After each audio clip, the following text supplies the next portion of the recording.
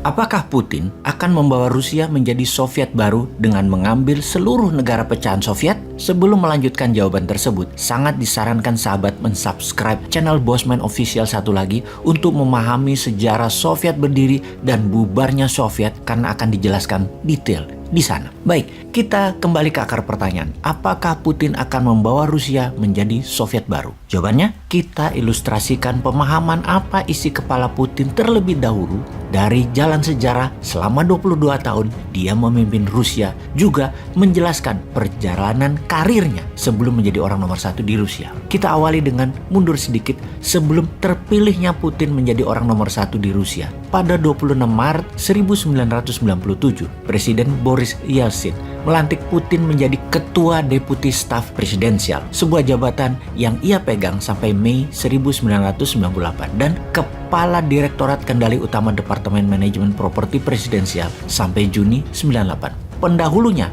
pada jabatan tersebut adalah Alexei Kudrin dan penggantinya adalah Nikolai Patrushev. Keduanya adalah politikus berpengaruh pada masa depan dan orang-orang Putin saat ini. Pada tanggal 25 Juli 1998, Yeltsin menunjuk Putin sebagai direktur dari Dinas Keamanan Federal atau FSB, Badan Intelijen dan Keamanan Utama Federasi Rusia, dan sebagai penerus KGB. Baik sahabat, informasi ini adalah kata kunci penting, direktur FSB. Pada 9 Agustus 1999, Vladimir Putin dilantik menjadi salah satu dari 3 deputi Perdana Menteri dan menjadi pelaksana jabatan Perdana Menteri Pemerintah Federasi Rusia oleh Presiden Yeltsin. Kita berhenti sebentar di sini karena ada yang janggal. Presiden Boris Yeltsin melantik Putin sebagai pelaksana jabatan Perdana Menteri. Ada apa dengan Yeltsin ini? Ada peristiwa apa sesungguhnya? Pada tanggal 4 September 1999, sebuah bom meledak di kota Buinas. Kemudian pada 9 September bom meledak lagi di Moskow. Putin langsung menangani peristiwa serial pemboman tersebut yang dituduhkan ke kelompok pemberontakan Chechnya. Jadi ada 2 cerita di sini kemudian.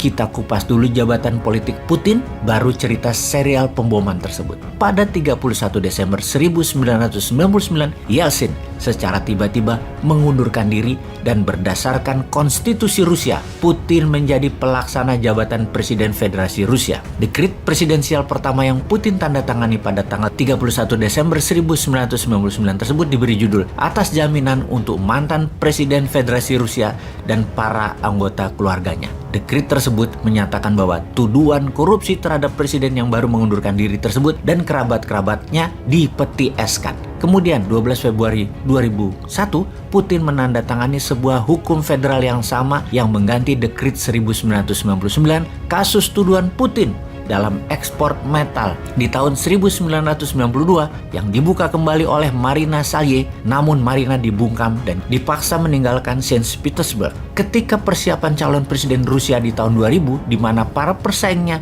sudah bersiap untuk pemilihan pada Juni tahun 2000, pengunduran diri Yeltsin membuat pemilihan presiden dipercepat, jadi diadakan pada tanggal 26 Maret tahun 2000. Putin memenangkan putaran pertama dengan 53% suara. Selanjutnya, sejarah hingga saat ini. Telah 22 tahun Putin berkuasa dan dia merancang terus sampai tahun 2036. Sekarang kita menjelaskan tentang pemboman apartemen dan serial bom dari tanggal 4 sampai 16 September 1999. Tertuduhlah Ibnu Al-Khattab dan Abu Omar Al-Saif, pemimpin pemberontakan militan Chechnya yang sudah dieksekusi mati di tempat penyergapan yang dipimpin Putin.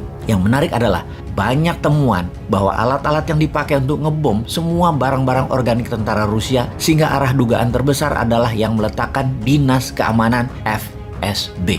Bahkan keganjilannya berikutnya adalah pejabat DPR Rusia, Duma, menyatakan akan ada bom di kota Volgodon yang ternyata beberapa hari kemudian kejadian beneran. Terlalu tepat informasinya yang dilakukan oleh orang nomor 1 Duma yang merupakan kamrat sobatnya Putin tersebut. 3 hari kemudian keluar pengumuman resmi pemerintah Rusia yang dituduhkannya militan Chechnya pemboman tersebut, namun dibantah oleh Presiden Chechnya kala itu, Aslan Maskadov. Ketika banyak keanehan dalam alat-alat yang ditemukan di lapangan di sekitar apartemen Ryazan pada tanggal 22 September tersebut, maka pada tanggal 23 September Putin memerintahkan membom Grozny, kota di Chechnya yang kemudian menjadikan perang kedua di Chechnya antara Rusia dengan militan Chechnya. Pengamat intelijen menyimpulkan, Putin memang menarget gerakan pemberontakan Chechnya, dicarikan alasan untuk memberangus dengan sebuah cerita bom, dan dengan strategi yang sama dia mendapat perhatian masyarakat sebagai war hero dan mendapat simpati Yeltsin, presiden Rusia kala itu.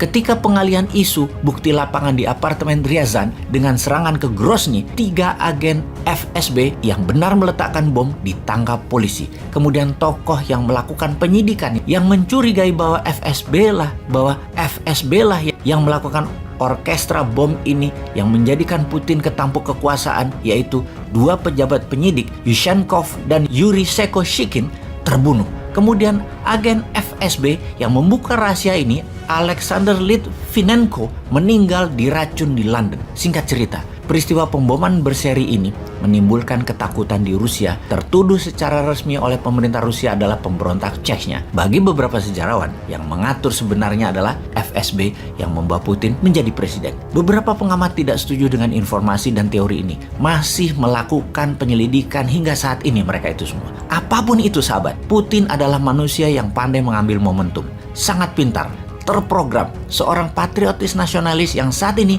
negaranya dipimpinnya melawan agresi militer NATO dengan mengambil buffer country Rusia yaitu Ukraina. Jadi kembali, apakah Rusia akan menjadi Soviet baru? Walau alam.